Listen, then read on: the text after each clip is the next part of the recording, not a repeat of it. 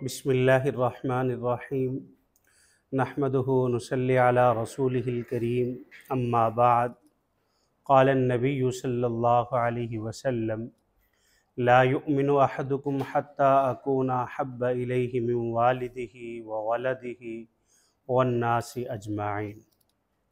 सदक़ल्लाहुल अज़ीम व सदक़ रसूलुहुन नबियुल करीम। आज के इस मुख्तसर वक़्त में हम जनाब रसूलुल्लाह सल्लल्लाहु अलैहि वसल्लम की सीरत, आपकी पूरी ज़िंदगी को मुख्तसर खाके में बयान करेंगे। इस अंदाज़ में बयान करें ताकि आपको वो उंगलियों पर याद रह जाए। देखें, सीरत-उन-नबी सल्लल्लाहु अलैहि वसल्लम को बयान करने से पहले एक बात ज़हन नशीन कर लें कि जब भी जनाब रसूलुल्लाह सल्लल्लाहु अलैहि वसल्लम का नाम गिरामी आए तो उस पर हमें दुरूद शरीफ पढ़ना चाहिए। सबसे अफजल तो नमाज वाला दुरूद है, और अगर कोई और मुख्तसर सल्लल्लाहु अलैहि वसल्लम ये पढ़ना चाहें तो पढ़ सकते हैं, लेकिन दिल दिल में ऐसा आवाज़ में रसूलुल्लाह सल्लल्लाहु अलैहि वसल्लम के नाम गिरामी पर दुरूद शरीफ ज़रूर पढ़ना चाहिए। सबसे पहली बात यह है कि हमें दो सवाल होते हैं कि सीरत-उन-नबी सल्लल्लाहु अलैहि वसल्लम को क्यों पढ़ना चाहिए, और दूसरा सवाल ये कि हमें सीरत-उन-नबी सल्लल्लाहु अलैहि वसल्लम को कैसे पढ़ना चाहिए, उसका तरीका क्या होना चाहिए। सीरत-उन-नबी सल्लल्लाहु अलैहि वसल्लम को क्यों पढ़ना चाहिए? सबसे पहला मकसद हमारा ये होना चाहिए कि हम जनाब रसूलुल्लाह सल्लम की सीरत को आखरत की कामयाबी के लिए पढ़ रहे हैं, ताकि अल्लाह ताला हमें आखरत में कामयाब फरमाए। अल्लाह और उसके रसूल सल्लल्लाहु अलैहि वसल्लम की रज़ा मकसूद होनी चाहिए। दूसरे नंबर पर फरमाया कि दुनिया के अंदर कामयाबी हासिल करने के लिए। क्यों? इसलिए कि रसूलुल्लाह सल्लल्लाहु अलैहि वसल्लम ज़िंदगी के तमाम शोबों में आप एक रहनुमा हैं और आपके पास एक बेहतरीन लाइफ स्किल हैं। तो इस वजह से इनको सामने रखते हुए हमने सीरत-उन-नबी इस गर्ज से भी पढ़नी है ताकि दुनिया में आप सल्लल्लाहु अलैहि वसल्लम की सीरत को अपना सकें। और तीसरे नंबर पर रसूलुल्लाह सल्लल्लाहु अलैहि वसल्लम के सहाबा की ज़िंदगी को जानने के लिए कि आप सल्लल्लाहु अलैहि वसल्लम के सहाबा ने किस अंदाज़ में आप सल्लल्लाहु अलैहि वसल्लम की सीरत पर अमल किया है, तो इस एतबार से हमें सीरत-उन-नबी सल्लल्लाहु अलैहि वसल्लम को पढ़ना चाहिए। अगला सवाल ये होता है कि हमें सीरत कैसे पढ़नी चाहिए।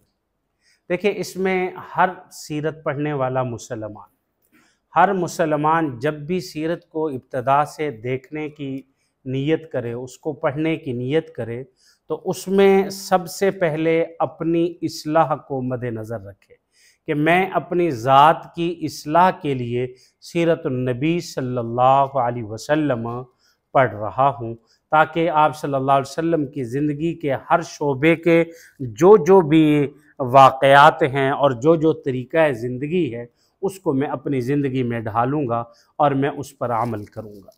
ये दो चीज़ें जब हम जहन में रख के सीरत-उन-नबी सल्लल्लाहु अलैहि वसल्लम को सुनेंगे या पढ़ेंगे तो इंशाअल्लाह ताला दुनिया में भी फ़ायदा होगा और आखिरत में भी हमें फ़ायदा होगा।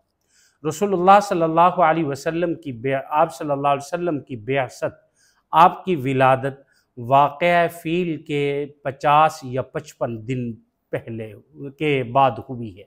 वाक़या फ़ील कुरान मजीद में भी इसका ज़िक्र है। अबरा बादशाह का मशहूर वाक़या है जो बैतुल्लाह को गिराने की नीयत से आया और अल्लाह ताला के कहर इलाही का वो मूजब बन गया। तो इस वाक़े के 50 या 55 दिन बाद रसूलुल्लाह सल्लल्लाहु अलैहि वसल्लम की विलादत हुई। तो आप सल्लल्लाहु अलैहि वसल्लम की विलादत के बाद आपकी ज़िंदगी के 3 हिस्से हैं समझने के लिए। पहला हिस्सा आप सल्लल्लाहु अलैहि वसल्लम की नबूवत के ऐलान से पहले, वो 40 साल का अरसा है, और उसके बाद अगला हिस्सा जो है वो ऐलान नबूवत से लेकर मक्की दौर मुकम्मल, ये 13 साल का अरसा है। और अगला तीसरा हिस्सा जो है ये हिजरत नबवी सल्लल्लाहु अलैहि वसल्लम से शुरू होगा, यानी जब रसूलुल्लाह सल्लम ने मक्का से मदीना की तरफ हिजरत की, ये अरसा 10 साल का है। आप सल्लल्लाहु अलैहि वसल्लम की मुकम्मल ज़िंदगी 63 साल है। 40 साल ऐलान नबूवत से कबल, 13 साल मदीना मुनव्वरा के और 10 साल मदीना मुनव्वरा के और 13 साल मक्का मुकरमा के। ये टोटल आपकी ज़िंदगी के 63 साल है। तो जो आपके 40 साल है, जब आप सल्लल्लाहु अलैहि वसल्लम की पैदाइश हुई तो आप सल्लल्लाहु अलैहि वसल्लम के दादा हज़रत अब्दुल मुत्तलिब ने आप सल्लल्लाहु अलैहि वसल्लम का नाम मोहम्मद रखा, और आप सल्लल्लाहु अलैहि वसल्लम की वालिदा हज़रत आमना ने आप सल्लल्लाहु अलैहि वसल्लम का नाम अहमद रखा। आप सल्लल्लाहु अलैहि वसल्लम की जब पैदाइश हुई तो 3 दिन तक आपको आपकी वालिदा ने दूध पिलाया। फिर उसके बाद चंद दिन तक आपके चचा अबू लहब की लौंडी हज़रत सोबिया ने आप सल्लल्लाहु अलैहि वसल्लम को दूध पिलाया। फिर उसके बाद 2 साल तक आपकी जो मुद्दत रज़ात है ये हज़रत हलीमा सादिया रज़ी अल्लाह ताला अन्हा को नसीब हुई, उन्होंने आपको 2 साल तक दूध पिलाया। फिर इसके बाद जब आप सल्लल्लाहु अलैहि वसल्लम अभी माँ के पेट में थे, आप सल्लल्लाहु अलैहि वसल्लम के वालिद हज़रत अब्दुल्ला का इंतकाल हो चुका था। जब आप सल्लल्लाहु अलैहि वसल्लम की उम्र 6 साल हुई है तो 6 साल की उम्र में आप सल्लल्लाहु अलैहि वसल्लम की वालिदा हज़रत आमना का इंतकाल हो गया। फिर उसके 2 साल बाद जब आप सल्लल्लाहु अलैहि वसल्लम की उम्र 8 साल हुई है तो 8 साल की उम्र में आप सल्लल्लाहु अलैहि वसल्लम के दादा हज़रत अब्दुल मुत्तलिब का इंतकाल हो गया। तो रसूलुल्लाह सल्लल्लाहु अलैहि वसल्लम ने आगे 12 साल 2 माह की उम्र में अपने चचा अबू लहब के साथ इन्होंने शाम का आप सल्लल्लाहु अलैहि वसल्लम ने पहला सफ़र शुरू किया, लेकिन ये सफ़र मुकम्मल नहीं हुआ। दरमियान सफ़र में ही क्या हो गया है, तो ये दरमियान सफ़र में आप सल्लल्लाहु अलैहि वसल्लम को वापस भेजा गया वही राहिब के कहने पर कि ये नबी की अलामतें जितनी हैं वो इनमें हैं, आप इनको साथ ना ले जाएं, हो सकता है कि ये वहाँ यहूद इनके ख़िलाफ़ साजिश चले और इनको कत्ल कर दें, आप इनको वापस भेज दें। तो आप सल्लल्लाहु अलैहि वसल्लम का जो पहला सफ़र शाम अपने चचा के साथ था ये 12 साल 2 माह की उम्र में हुआ है, और इस साल आप सल्लल्लाहु अलैहि वसल्लम ने मुकम्मल सफ़र शाम नहीं किया, दरमियान से वापस हो गए हैं। फिर आप सल्लल्लाहु अलैहि वसल्लम 15 साल की उम्र में कुरैश की उस वक़्त एक ख़ानदानी जंग हुई जिसे जंग फुजार कहते हैं। इस जंग में आप सल्लल्लाहु अलैहि वसल्लम ने शिरकत तो फरमाई, अपने कुरैश की तरफ से बनु हाशिम की तरफ से शिरकत तो की, लेकिन आप सल्लल्लाहु अलैहि वसल्लम ने इसमें लड़ाई नहीं की, लड़े नहीं है। और फिर इसी तरीके से ये आप सल्लल्लाहु अलैहि वसल्लम की जब उम्र का 23 साल का अरसा गुजरा तो आप सल्लल्लाहु अलैहि वसल्लम ने शाम का दूसरा सफ़र शुरू फरमाया, और ये शाम का दूसरा सफ़र आप सल्लल्लाहु अलैहि वसल्लम मदीना मक्का मुकरमा की नेक खातून, मालदार खातून हज़रत खदीजतुल कुबरा रज़ी अल्लाह ताला अन्हा के साथ जो मुआहिदा माल तिजारत का किया था, उस मुआहिदे के तहत आप उनका माल तिजारत लेकर सफ़र शाम के लिए रवाना हुए। आप सल्लल्लाहु अलैहि वसल्लम ने ये सफ़र शाम मुकम्मल किया, वहाँ तिजारत की और अच्छे तरीके से तिजारत की जिस पर काफ़ी सारा नफ़ा आया, और जब वापस माल लाए हज़रत खदीजतुल कुबरा रज़ी अल्लाह ताला अन्हा का माल पहले जितना ले जाते थे और जितना नफ़ा आता था आप सल्लम उससे कई गुना ज़्यादा नफ़ा लेकर आए। और फिर 25 साल की उम्र में रसूलुल्लाह सल्लल्लाहु अलैहि वसल्लम का पहला निकाह हज़रत खदीजतुल कुबरा रज़ी अल्लाह ताला अन्हा से हुआ है। ये रसूलुल्लाह सल्लल्लाहु अलैहि वसल्लम की वो ख़ास बीवी हैं कि आपकी औलाद और आपकी नस्ल जो है वह हज़रत खदीजतुल कुबरा से है। इसके अलावा जितनी भी अज़वाज थी उनसे औलाद नहीं हुई। हज़रत खदीजतुल कुबरा रज़ी अल्लाह ताला अन्हा से आप सल्लल्लाहु अलैहि वसल्लम के 2 बेटे और 4 बेटियाँ, हज़रत ज़ैनब रज़ी अल्लाह ताला अन्हा, हज़रत रुक़ैया रज़ी अल्लाह ताला अन्हा, हज़रत उम्मे कुलसूम रज़ी अल्लाह ताला अन्हा, और आखिरी बेटी आपकी लख्ते जिगर, ये तकरीबन उस वक़्त पैदा हुई जब रसूलुल्लाह सल्लल्लाहु अलैहि वसल्लम की उम्र मुबारक 41 साल हो चुकी थी, और फरमाए कि इस वक़्त हज़रत फ़ातिमतुज़ ज़हरा रज़ी अल्लाह ताला अन्हा की पैदाइश हुई है। ये आप सल्लल्लाहु अलैहि वसल्लम का मुख्तसर सा दौर है जो एलान नबूवत का से पहले का दौर है। आप सल्लल्लाहु अलैहि वसल्लम ने 40 साल की उम्र में एलान नबूवत फरमाया। इससे कबल मुख्तसर से वाक़यात तफ़सील मैंने इजमालन आप हज़रात के सामने रखे हैं। अब इसके बाद जो अगली ज़िंदगी है, ये ज़िंदगी यहाँ से इस्लाम की स्टार्टिंग शुरू हो रही है। मक्की की ज़िंदगी जो है इसके 13 साल हैं और मदनी ज़िंदगी के 10 साल हैं। इसको समझने के लिए थोड़ी सी आसानी के लिए हम इनकी तकसीम कर लेते हैं, और वो तकसीम भी ऐसे कि मक्की ज़िंदगी के 4 हिस्से बना लेते हैं। कि 4 हिस्से ऐसे कि पहले 3 साल, फिर 2 साल, और फिर उसके बाद 5 साल, फिर उसके बाद 3 साल। किस तरीके से तरतीब बनाएंगे? मक्की ज़िंदगी के टोटल कितने साल हैं? 13 साल हैं। मक्की ज़िंदगी के टोटल 13 साल हैं, और उसको हमने 4 हिस्सों में समझने के लिए और याद रखने के लिए उसको 4 हिस्सों में हमने तकसीम किया है। सबसे पहले 3 साल हैं, फिर उसके बाद 2 साल हैं, फिर उसके बाद 5 साल हैं, फिर उसके बाद 3 साल हैं। रसूलुल्लाह सल्लल्लाहु अलैहि वसल्लम के मक्की ज़िंदगी के सबसे पहले जो 3 साल हैं, इन 3 सालों में आप सल्लल्लाहु अलैहि वसल्लम ने खुफिया दावत चलाई है। आपने सराहतन दावत नहीं दी। इन 3 सालों में आपने खुफिया, जो आपके साथ ज़्यादा ताल्लुक़ रखते थे, करीबी थे, अपने अहले खाना थे, उनके यहाँ आप सल्लल्लाहु अलैहि वसल्लम ने दावत दी है। और फिर उसके बाद जब अगले 2 साल आए हैं, इन अगले 2 साल में आप सल्लल्लाहु अलैहि वसल्लम ने खुली तबलीग शुरू की। अब जब खुली तबलीग शुरू की तो कुरैश तक बात पहुंची, कुरैश मुखालिफिन हुए, आपकी इस पर मुखालफत की गई, और मुखालफत में आप सल्लल्लाहु अलैहि वसल्लम पर ईमान लाने वालों में से बाज़ पर जुल्म सितम भी ढाया गया है। तो इसमें फिर ये है पहले 2 साल। फिर इसके बाद अगले जो 5 साल हैं, इस अगले 5 साल में जुल्म सितम इंतहा दर्जे का है, और सोशल बेकार जो आप सल्लल्लाहु अलैहि वसल्लम के साथ हुआ है, जिसे शैब अबी तालिब के नाम से भी शुमार किया जाता है, वो अगले 5 साल में हुआ है। यानी जब आप सल्लल्लाहु अलैहि वसल्लम ने पिछले 2 साल में खुली तबलीग की तो कुरैश को पता चला, लोगों को पता चला। ये वही वो मौका था जब आप सल्लल्लाहु अलैहि वसल्लम ने पहाड़ की चोटी पे खड़े होकर कुरैश को बुलाया और उनको सराहतन क्या दी? आपने दावत इस्लाम दी। वहाँ से मुखालफत शुरू हुई। तो अगले 5 साल में जुल्म सितम, सहाबा पर हद दर्जे का जुल्म, आप सल्लल्लाहु अलैहि वसल्लम पर हद दर्जे का जुल्म किया गया, और हर लिहाज से मुखालफत की गई, हत्ता के बनु हाशिम के साथ सोशल बेकाट किया गया। 3 साल तक शैब अबी तालिब में ये पाबंद रहे और इनके साथ मुकम्मल बेकाट किया गया है। और फिर उसके बाद अगले जो आखिरी 3 साल हैं, मक्की ज़िंदगी के आखिरी 3 साल हैं, इन आखिरी 3 सालों में रसूलुल्लाह सल्लल्लाहु अलैहि वसल्लम ने बहर दावत दी है। बहर दावत का क्या मतलब? यानी मक्का से बहर दावत। उसमें आप सल्लल्लाहु अलैहि वसल्लम ताइफ भी तशरीफ़ ले गए, वहाँ ताइफ के सरदारों को भी रसूलुल्लाह सल्लल्लाहु अलैहि वसल्लम ने दावत दी। आप सल्लल्लाहु अलैहि वसल्लम हज के मौके पे भी तशरीफ़ लाते थे, और हज के मौके पे दूर दराज से काफ़िले आते, हज के लिए आते थे, तो आप सल्लल्लाहु अलैहि वसल्लम उनको भी दावत देते थे। और ये वही मौका है कि जब मक्का के वफूद, पहले कुछ लोग आए, फिर दूसरे नंबर पर कुछ लोग आए, आप सल्लल्लाहु अलैहि वसल्लम के हाथ पे बैयत भी हुए, ईमान भी लाए, और आप सल्लल्लाहु अलैहि वसल्लम को मक्का आने की दावत भी दी है। ये मुख्तसरन रसूलुल्लाह सल्लल्लाहु अलैहि वसल्लम की मक्की ज़िंदगी के 13 सालों का खुलासा है।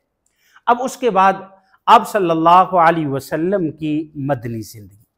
मदनी ज़िंदगी ये अरसा तो मुख्तसर है, लेकिन इसमें इनकलाब ऐसा बर्पा हुआ कि जो पूरे आलम पर फैल गया। आप सल्लल्लाहु अलैहि वसल्लम जब मदीना मुनव्वरा तशरीफ़ ले गए, हिजरत की, ये वो हिजरत हिजरी साल है जहाँ से हमारा इस्लामी कैलेंडर भी शुरू होता है मदनी ज़िंदगी से। ये जो हिजरी है आज तकरीबन 1445 हिजरी है, तो ये 1445 हिजरी, ये उसी हिजरत के साल से इसकी क्या हो रही है? इब्तदा हो रही है। तो इस हमने मक्की ज़िंदगी के 3 हिस्से, मदनी ज़िंदगी को समझने के लिए हम 3 हिस्से बना लेते हैं।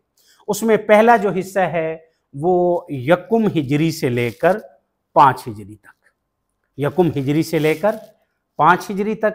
दूसरा हिस्सा 5 हिजरी से लेकर 8 हिजरी तक, और तीसरा हिस्सा 8 हिजरी से लेकर 11 हिजरी तक। आप यानी आप सल्लम का जो इंतकाल हुआ है वो 11 हिजरी, यानी 11 हिजरी की इब्तदा है।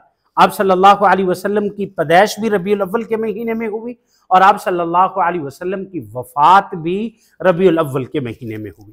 देखिए, आप सल्लल्लाहु अलैहि वसल्लम की वफ़ात में सवार का दिन है, लेकिन तारीख़ में हज़रात फ़ुक़हा में इख्तलाफ है। हज़रात मुअर्रिख़ीन ने मुख्तलिफ ज़िक्र की, बाज़ ने 8 की ज़िक्र की, बाज़ ने 3 की ज़िक्र की, लेकिन जो मशहूर आवाम व नास में कौल है वो 12 रबीउल अव्वल का कौल है।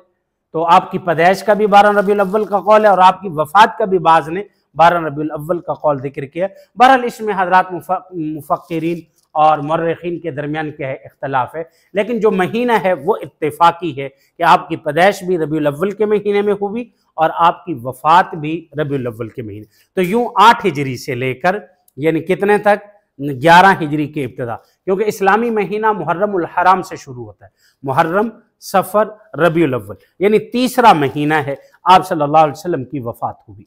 अब मक्की ज़िंदगी के जो पहले 8 साल हैं, यहाँ यानी आपके हिजरत करने से लेकर सुलह हुदैबिया तक, ये 8 हिजरी का 5 हिजरी का जो आखिरी वाक़या है, 5 हिजरी में जो हुआ है वो सुलह हुदैबिया है। तो पहले हम यहाँ से लेकर सुलह हुदैबिया तक मुख्तसरन बयान करेंगे, फिर उसके बाद सुलह हुदैबिया से लेकर फ़तह मक्का तक। फ़तह मक्का ये 8 हिजरी में हुआ है, यहाँ तक के मुख्तसरन वाक़यात बयान करेंगे। फिर उसके बाद आगे फ़तह मक्का से लेकर 11 हिजरी तक तकरीबन सारा का सारा अरब मुसलमान हो गया है। अब इसमें इसको समझने से पहले 2 चीज़ें समझिए कि एक है गज़वा और एक है सरिया। गज़वा की जमा गज़वात आती है और सरिया की जमा सराया आती है, सीन के साथ सरिया है, ये दोनों अरबी के लफ्ज़ है। गज़वा किसे कहते हैं? गज़वा उस जंग, उस लड़ाई को कहते हैं जिसमें जनाब रसूलुल्लाह सल्लल्लाहु अलैहि वसल्लम बज़ात खुद बनफ्स नफीस शरीक हुए हों। और ये गज़वात हज़रात मुहद्दिसीन और हज़रात सहाबा, हज़रात फ़ुक़हा ने इनको 27 गज़वात ज़िक्र फरमाए हैं कि ये 27 गज़वात हैं जिसमें जनाब रसूलुल्लाह सल्लल्लाहु अलैहि वसल्लम बज़ात खुद बनफ्स नफीस शरीक हुए हैं। और सराया, बाज़ ने 54 सराया जिक्र किए, लेकिन मौलाना इदरीस कांधलवी नव्वरल्लाहु मरक़दा अपनी किताब सीरत मुस्तफ़ा सल्लल्लाहु अलैहि वसल्लम के अंदर 47 सराया जिक्र फरमाए हैं। और सराया किसे कहते हैं? सराया ऐसी लड़ाई या ऐसी जंग को कहते हैं जिसमें जनाब रसूलुल्लाह सल्लल्लाहु अलैहि वसल्लम बज़ात खुद तो शरीक ना हुए हों, लेकिन आप सल्लल्लाहु अलैहि वसल्लम ने सहाबा की एक जमात को तैयार किया और उनमें से एक अमीर बनाया और उनको रुख मुतय्यन कर दिया कि आपने फ़लाँ कबीले के साथ या फ़लाँ काफ़िले के साथ आपने जंग करने के लिए निकलना है। तो जिसमें आप जिस लड़ाई और जंग में ख़ुद शरीक ना हों उसको क्या कहते हैं? सराया कहते हैं। तो एक गज़वा है और एक सराया है। तो गज़वात में चंद गज़वात ऐसे हैं जो मशहूर हैं और जो इस्लाम की बुलंदी और इस्लाम की इशाअत का एक ज़रिया बने हैं। सबसे पहला जो गज़वा हुआ है वो गज़वा बदर हुआ है, और बदर के अंदर जितने सहाबा शरीक हुए हैं उनकी एक अपनी फ़जीलत है। उस गज़वा बदर की वजह से रसूलुल्लाह सल्लल्लाहु अलैहि वसल्लम ने उनकी फ़जीलत भी बयान की और आप अक्सर जगहों पर उनका एहतराम भी फरमाया करते थे। और ये तकरीबन 313 सहाबा थे और ये सन 2 हिजरी में, गज़वा बदर सन 2 हिजरी में हुआ है। और गज़वा बदर ये मदीना मुनव्वरा से तकरीबन 120 या 125-30 के करीब किलोमीटर के फासले पर है। और ये एक ऐसी जगह पर हुआ है जब आप सल्लल्लाहु अलैहि वसल्लम जंग की नीयत से नहीं निकले थे। आप सल्लल्लाहु अलैहि वसल्लम को ये इसका मुख्तसरन पस मंज़र में बयान कर देता हूँ कि आप सल्लल्लाहु अलैहि वसल्लम को जब पता चला कि कुरैश मक्का के लोगों का वो एक तिजारती काफ़िला जो शाम से होकर वापस मक्का जा रहा है जिसमें काफ़ी सारा माल है, और उन लोगों ने ये इरादा किया हुआ है कि इससे आने वाला जो नफ़ा होगा वो हम मुसलमानों के ख़िलाफ़ इस्तेमाल करेंगे। तो आप सल्लल्लाहु अलैहि वसल्लम ने अपने सहाबा से फरमाया कि जल्दी कीजिए कि हमें इस रुकावट को ख़त्म करना चाहिए। अब आप सल्लल्लाहु अलैहि वसल्लम, ये वो मौका था कि जब फसलें तैयार थी और मदीना के लोगों की उस वक़्त फसल जो होती थी वो सिर्फ खजूर थी और कोई और फसल नहीं थी, और सारा साल का इन्हिसार उस खजूर पर होता था। अब उसकी पकाई और उसकी चुनाई का वक़्त है, लेकिन जब आप सल्लल्लाहु अलैहि वसल्लम ने ऐलान फरमाया तो छोड़ दिया। जिसके पास जो कुछ था निहत्ते थे, हत्ता के हाथों में लाठियां पकड़ ली हैं और चल पड़े हैं। और फिर वहाँ जब ऐसा हुआ कि मक्का के जो काफिला था कुरैश का, उसमें अबू सुफियान थे अमीर।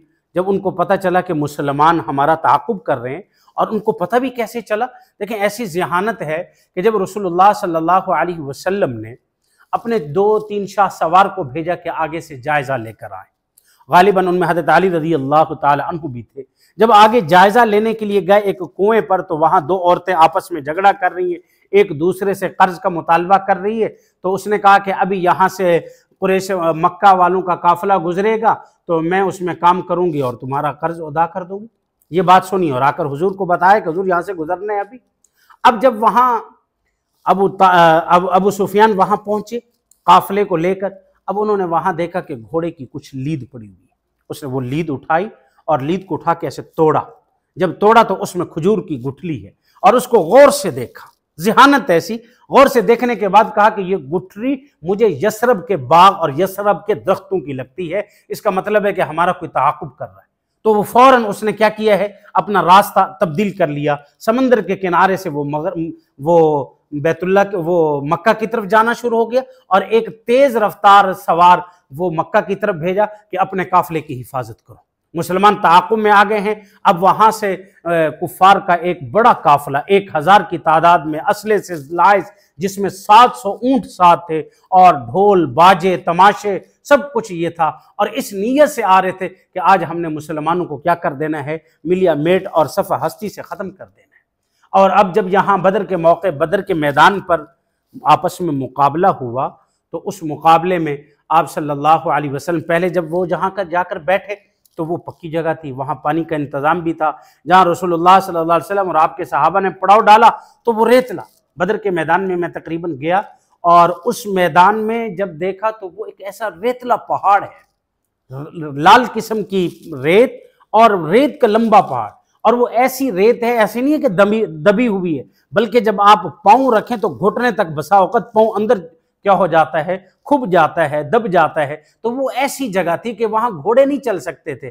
लेकिन अल्लाह ताला ने मुसलमानों के साथ ऐसी मदद और ऐसी नुसरत फरमाई कि बारिश जब हुई, अब रेत वाली जगह क्या हो गई है, वो पुख्ता हो गई, वो पकी हो गई, और जो उनकी जगह थी वहाँ कीचड़ हो गई, घोड़े फिसलना शुरू हो गए। और ये वो मौका था कि जब रसूलुल्लाह सल्लल्लाहु अलैहि वसल्लम ने अल्लाह की बारगाह में इतनी दुआ मांगी कि आप सल्लल्लाहु अलैहि वसल्लम की दाढ़ी मुबारक क्या हो गई, तर हो गई। हजरत सैयदना सिद्दीक़ अकबर रज़ी अल्लाह ताला अन्हु आपके कंधे से आके पकड़ते हैं, आका अब बस कर लीजिए, यकीन हो गया कि अल्लाह ताला हमारी ज़रूर क्या फरमाएंगे, मदद फरमाएंगे। इसी गज़वे के अंदर शैतान ने किसको देखा था, फरिश्तों को उतरते हुए देखा। जब शैतान ने अबू जहल को वर्का बिन नौफल की शक्ल में आया और कहा कि तुम आगे, सुराका बिन मालिक की शक्ल में, कि आप क्या करें कि आप चलें, मैं आपके साथ हूँ। जब उसने देखा कि फरिश्ते उतर रहे हैं तो ये भाग गया। तो इस गज़वे के अंदर मुसलमानों को सबसे बड़ी कामयाबी हुई। कुफार के बड़े बड़े 70 सरदार और बड़े बड़े, जिसमें अबू जाहिल भी था, वो सारे के सारे मारे गए। फिर उसके बाद अगला जो गज़वा हुआ है वो गज़वा ओहद है। गज़वा ओहद भी ये इस्लाम की, इसमें इब्तदान एक शिकस्त की सूरत हाल पैदा हुई, लेकिन बाद में अल्लाह रब्बुल इज़्ज़त ने क्या अता फरमाई, फ़तह अता फरमाई। फिर उसके बाद जो 5 हिजरी में हुआ है वो गज़वा खंदक हुआ है। इसको गज़वा अहज़ाब भी कहते हैं। गज़वा अहज़ाब का मतलब ये है कि कुरैश मक्का जो आए थे, मुशरिकीन मक्का, उनके साथ और काफ़ी सारे काफ़िले और काफ़ी सारे गिरोह मिलकर मुसलमानों के मुकाबले में आए थे। और इस गज़वे के अंदर आप सल्लल्लाहु अलैहि वसल्लम को हज़रत सलमान फ़ारसी रज़ी अल्लाह ताला अन्हु ने मशवरा दिया था कि फ़ारिस के अंदर जब लड़ाइयाँ और जंगें होती थी तो वो अपनी हिफाजत के लिए अपने शहर के इर्द गिर्द खंदकें खोद देते हैं, तो लिहाजा आप खंदकें खोदें। आपने उस पर मशवरा करते हुए बज़ाते खुद भी उसमें शरीक हुए। ये वो गज़वा है कि जिसमें आप सल्लल्लाहु अलैहि वसल्लम ने अपने शक्म अतहर पर आपने 2-2 पत्थर पहने थे, और इसी गज़वे में रसूलुल्लाह सल्लल्लाहु अलैहि वसल्लम की 4 नमाजें या गालिबन 5 नमाजें भी क़ज़ा हो गई थी। और उसके बाद सुलह हुदैबिया का मशहूर वाक़या, आप उम्रे के लिए तशरीफ़ ले गए, और जब उम्रे के लिए तशरीफ़ ले गए तो कुरैश ने रोक दिया। आप हुदैबिया के मकाम पर रहे, वहाँ आपने 1400 सहाबा से बैयत ली, और फिर उसके बाद उन्होंने कहा कि अगले साल आप आइएगा। एक कुरैश के साथ एक मुआहदा हुआ जिसको सुलह हुदैबिया कहते हैं। और फिर उसके बाद जो अगला गज़वा हुआ है वो गज़वा फ़तह मक्का है। फ़तह मक्का इस्लाम की शान व शौकत थी, और इस्लाम कुफ़ार का जब फ़तह मक्का हुआ तो फ़तह मक्का की वजह से काफ़ी सारे कबाइल जो मक्का के मुज़ाफ़ात में रहते थे इर्द गिर्द, वो इस इंतज़ार में थे कि हम कुरैशियों को देखेंगे और हम मक्का के लोगों को देखेंगे, उनके साथ क्या मामला होता है, तो वो मुकाबला करते हैं या नहीं करते। जब वो मुकाबला करने से आजिज़ हो गए तो अब इस्लाम में फ़ौज दर फ़ौज वो लोग दाखिल होना शुरू हो गए हैं।